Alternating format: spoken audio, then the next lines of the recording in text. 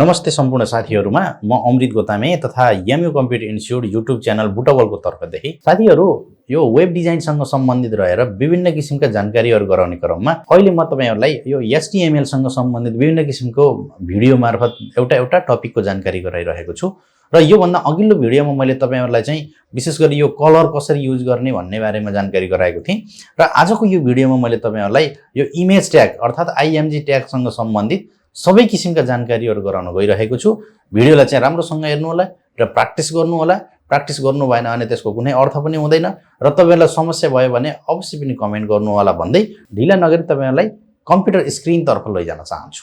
साथीहरु आजको यो भिडियोमा मैले तपाईहरुलाई यो बडी सेक्सनमा प्रयोग हुने इमेज ट्यागको बारेमा चाहिँ जानकारी गराउन गइरहेको छु। विशेष गरी भिडियोलाई चाहिँ राम्रोसँग हेर्नु होला। अब हामीले यो एचटीएमएल मा इमेज ट्याग अब यसको प्रयोग कहाँ हुन्छ भने तपाईहरुले राम्रोसँग यसलाई यसरी बुझ्नुस्। कुनै पनि वेबसाइटहरु हामी खोल्छौं, त्यो वेबसाइटमा कुनै फोटोहरु देख्छौं अथवा उसको लोगोहरु देख्छौं हैन भनी त्यो भनेको त्यो इमेज हो हैन।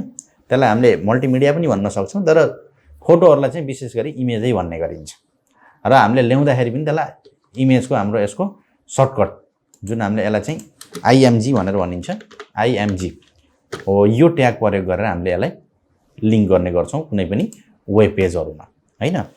अब इमेज ल्याउने भन्ने बित्तिकै हामीले के बुझ्छौं, नर्मली फोटो भन्ने मात्रै बुझेका हुन्छौं। फोटो त हो, हरेक फोटोको आफ्नो एक्सटेन्सन नेम हुन्छ, हरेक फाइलको आफ्नो एक्सटेन्सन नेम हुन्छ हैन।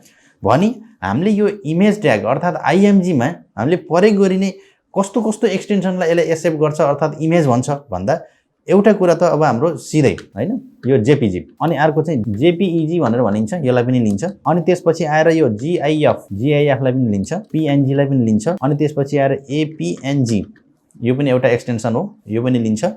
अनि त्यसपछि आएर एसभीजी हो। यस्ता एक्सटेन्सनहरु हुन्छन्। यस्ता एक्सटेन्सन भएको कुनै पनि फाइलहरुलाई हामीले इमेजको रूपमा वेबसाइटमा लिंक गर्न सक्छौं।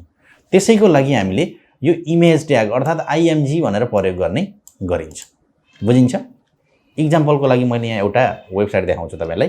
ल हेर्नुस्, मैले यहाँ एउटा बनाउँदै गरेको वेबसाइट खोलेको छु।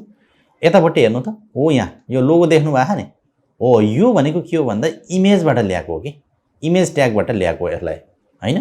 अनि त्यस्तै यतापट्टि हेर्नुस्, यो फोनको आइकन छ, अनि यहाँ यो लोकेसनको आइकन छ हैन। यिनीहरु चाहिँ के हो भन्दा इमेज ट्यागबाट हामीले वेबसाइटमा लिंक गर्ने हो है। यसैको लागि हामी स्पेशली इमेजको प्रयोग गर्ने गर्छौं। अब चाहिँ उतातिर हेरौं। अब यो इमेज हामीले ल्याउने हो हैन। इमेज ल्याउनको लागि कसरी लिंक गर्ने त इमेजलाई वेबसाइटमा भन्ने कुरा हुन्छ। सबैभन्दा पहिला अब हामीले यो एंगल ब्र्याकेट सुरु गरेर आईएमजी भन्ने एउटा ट्याग सुरु गर्छौं। यसको एन्डिङ चाहिँ हुँदैन, अनि यसपछि आएर यसको एन्डिङ हुँदैन, यसको स्टार्टिङ मात्रै हुन्छ। अनि भन्नु होला कि आईएमजी ले मात्र कसरी आउँछ त भनेर, होइन। तर यो आईएमजी ट्याग प्रयोग गर्दा यसका विभिन्न किसिमका यहाँ हामीले एट्रिब्युट्सहरु प्रयोग गर्नुपर्छ। एट्रिब्युट्स हैन। एट्रिब्युट्स के हो भन्ने कुरा बुझ्नु भएको छैन भने मैले यो भन्दा पहिला अगाडि एउटा ठूलो लामो भिडियो बनाएको छु। माथि मैले यो आइकन भित्र त्यसको लिंक दिएको छु, त्यसलाई क्लिक गरेर पनि तपाईहरुले हेर्न सक्नुहुन्छ यो एट्रिब्युट के हो भनेर। अनि यसमा यो आईएमजी ट्याग भित्र हामी एट्रिब्युटहरु प्रयोग गर्छौं। कस्ता एट्रिब्युट प्रयोग गर्छौं भन्दा एउटा मेन भनेको एसआरसी जसलाई हामी सोर्स भनेर भन्ने गर्छौं एउटा हैन। अनि अर्को फेरि हाम्रो हाइट पनि प्रयोग गर्छौं। अनि अर्को चाहिँ विड्थ पनि प्रयोग गर्छौं हैन। अनि अर्को चाहिँ एएलटी भनेर भनिन्छ हो। यस्ता चाहिँ हामी के गर्छौं भन्दा एट्रिब्युटहरु हामी यो इमेज ट्याग लिंक गर्दाखेरि हामी प्रयोग गर्ने गरिन्छ। ठीक छ? ल अब हामीलाई आवश्यकता अनुसार हामीले जुन पनि राख्न सकिन्छ र सबैभन्दा पहिला त अब हामीले एसआरसी राख्नुपर्छ। एसआरसी इक्वल अनि त्यसपछि आएर यो डबल कोटेसन अनि त्यसपछि यस भित्र अब त्यो इमेजको कहाँ राखेको छ हैन, कुन फोल्डर भित्र, कुन लोकेसन भित्र अथवा कुनै अरुको एक्सटर्नल वेबसाइटबाट ल्याउने हो भने त्यसको लिंक हामीले यो एसआरसी मा दिनुपर्छ एउटा। अनि दोस्रो भनेको फेरि हाम्रो हाइट, कि त्यो इमेजलाई हामीले कतिको हाइटमा राख्न चाहन्छौं हैन, त्यो यहाँ दिनुपर्छ। अनि त्यसपछि अब हाइट दियो भने विड्थलाई त अब अटो गर्दै हुन्छ, अथवा विड्थ दियो भने हाइटलाई अटो गर्दै हुन्छ। एउटालाई अटो गर्दिने, त्यो गरेपछि प्रोपोर्सनल सानो ठुलो भएर जान्छ। अनि अर्को चाहिँ हाम्रो विड्थ हैन, यो दिनुपर्छ। अनि त्यस्तै अब अर्को छ एएलटी भन्ने छ, यो एएलटीमा चाहिँ हामीले के दिनुपर्छ भन्दा कहिलेकाहीँ अब हामीले इमेज लिङ्क गरियो, इमेज लिङ्क गर्दाखेरि इमेज चाहिँ जुन लोकेसन अथवा जुन अब डाइरेक्टरीबाट हामीले इमेजलाई त्यहाँ ल्याएको हो त्यो ठाउँमा भएन भने यो एएलटीमा राखेको टेक्स्ट चाहिँ त्यहाँ डिस्प्ले गर्छ। जस्तो मानौँ तपाईँले यहाँ लोगो ल्याउनु भएको छ र त्यो इमेज चाहिँ लोगो हो भने तपाईँले हो यहाँ चाहिँ के राख्न सक्नुहुन्छ, एएलटीमा लोगो भनेर राख्न सक्नुहुन्छ हैन। यसरी चाहिँ हामीले यो इमेज ट्यागको प्रयोग गर्ने गरिन्छ। अब यसलाई चाहिँ वेबसाइटमा कसरी प्रयोग गर्ने म तपाईँहरूलाई प्र्याक्टिकल उता कोड एडिटरबाट देखाउँछु।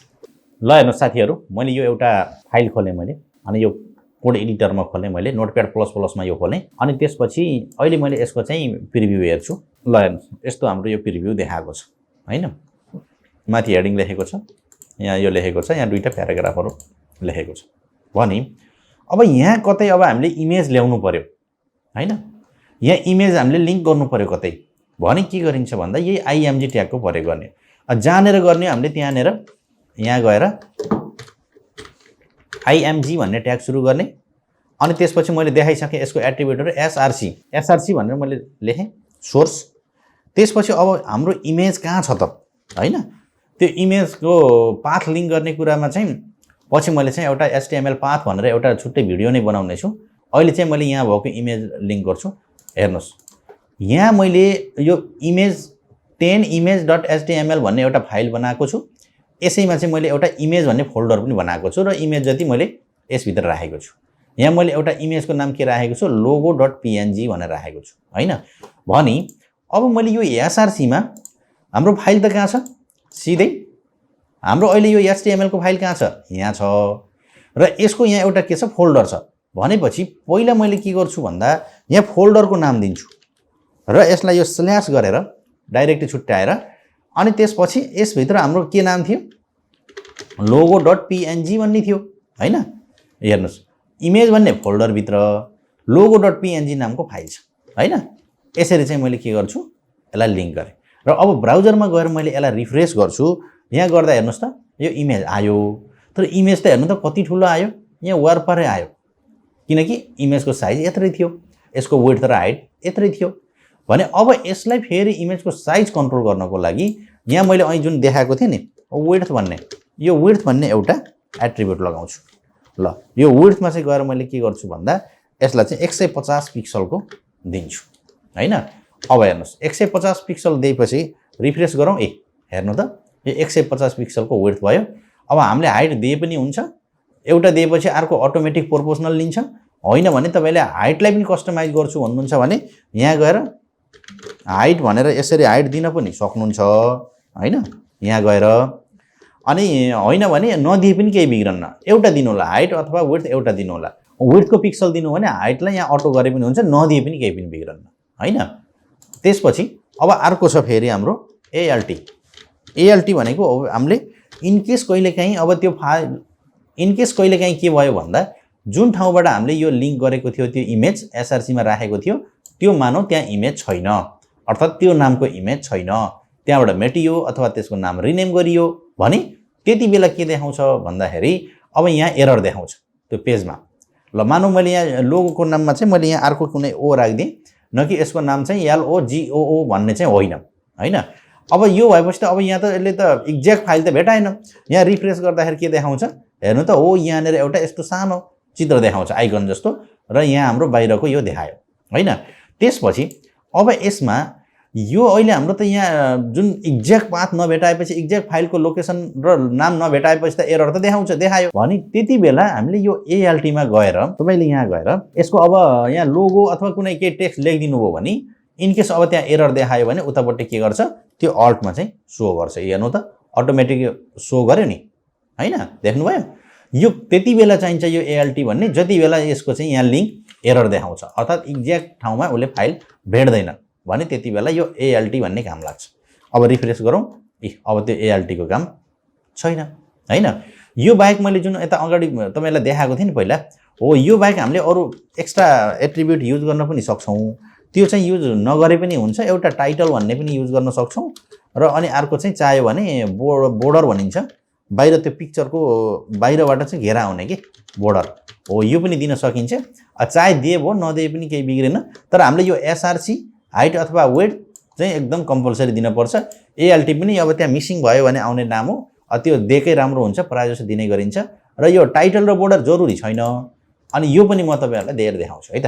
ल हेर्नुहोस्, यसमा लिएर गएर अब हामीले यसको टाइटल अनि त्यसपछि टाइटलमा चाहिँ यमयू कम्प्युटर लोगो भनेर दिएँ, बुझ्नुभयो? ल अब यता गएर यसलाई सेभ गरेर हेरौँ त, रिफ्रेस गरेर। यहाँ माउसको पोइन्टर लग्यो भने हेर्नु त यमयू कम्प्युटर लोगो भनेर देखायो नि, एच ओभर गर्दा हो। यो आउने बनाउनु पर्यो भने हामी टाइटल पनि युज गर्न सक्छौँ। र अझै अर्को यसमा हाम्रो लोगोको बाहिरपट्टि बोर्डर आउने गराउनु पर्यो भने त्यो पनि हामी गर्न सक्छौँ। यहाँ बोर्डर चाहिँ के गर्ने भन्दा कति पिक्सलको दिने, 2 पिक्सल 3 पिक्सल PX राखिदिने। त्यसपछि अब हेर्नुहोस्, यहाँ गएर रिफ्रेस गर्दाखेरि बाहिरपट्टि बोर्डर पनि आयो। अनि बोर्डर अहिले कालो कलरमा आछ। यसलाई कस्टमाइज गर्ने कुरा, बोर्डरको थिकनेस, बोर्डरको स्टाइलहरू ल्याउने CSS बाट गरिन्छ। अहिले चाहिँ HTML मा तपाईहरुले यति नै बुझ्नुस्। यहाँबाट बोर्डर कति पिक्सलको थिकनेस भएको बोर्डर ल्याउने हो, त्यही ल्याउने। डिफल्टमा हाम्रो ब्ल्याक कलरमै आउँछ, तर CSS बाट त्यो कलरलाई कस्टमाइज चाहिँ गर्न सकिन्छ, त्यो पछि हेरौँला।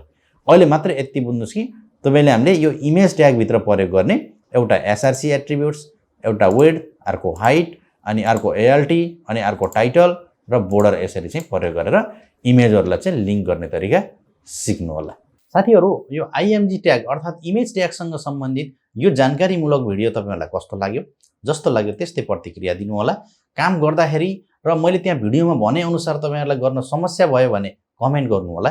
र कमेन्ट गर्दाखेरि तपाईहरुलाई रिप्लाई आउन ढिला भयो भने मैले त्यहाँ WhatsApp नम्बरहरु पनि छोडेको छु, त्यसमा चाहिँ मेसेज गर्न सक्नुहुनेछ। तपाईहरुलाई भएको समस्याको समाधान पनि खोजिदिनेछु भन्ने कुरामा पनि जानकारी गराउन चाहन्छु। साथै तपाईहरु यो भिडियो हेरिसकेपछि केही सिक्नुभयो भने के सिक्नुभयो तल कमेन्ट पनि गर्नु नबिर्सिनु होला। र यो भिडियो जानकारीमूलक लाग्यो भने अरूलाई पनि शेयर गर्न नबिर्सिनु होला, ताकि तपाई जस्तै अरू वेब डिजाइनमा HTML सिक्न चाहने साथीहरुले यो फ्रीमै आफ्नै घरमा बसेर र आफ्नै मोबाइल या कम्प्युटरको प्रयोग गरेर सिक्न सक्नुहुनेछ। त्यसको लागि चाहिँ अवश्य पनि तपाईहरुले शेयर गर्न नबिर्सनु होला। र च्यानलमा तपाईहरु पहिलो पटक आउनु भएको छ भने यामी कम्प्युटर इन्स्टिट्युट भन्ने यो YouTube च्यानललाई सब्स्क्राइब क्लिक गरेर नजिकै रहेको बेल आइकनलाई क्लिक गरी अल भन्ने अप्सनलाई पनि क्लिक गर्नु होला, ताकि मैले राखेका नयाँ भिडियोहरु तपाईहरुलाई नोटिफिकेसन मार्फत अटोमेटिक आफै आउनेछ भन्ने जानकारी सहित आजको यो भिडियोबाट म अमृत गोतामे बिदा हुन चाहन्छु। धन्यवाद, नमस्कार।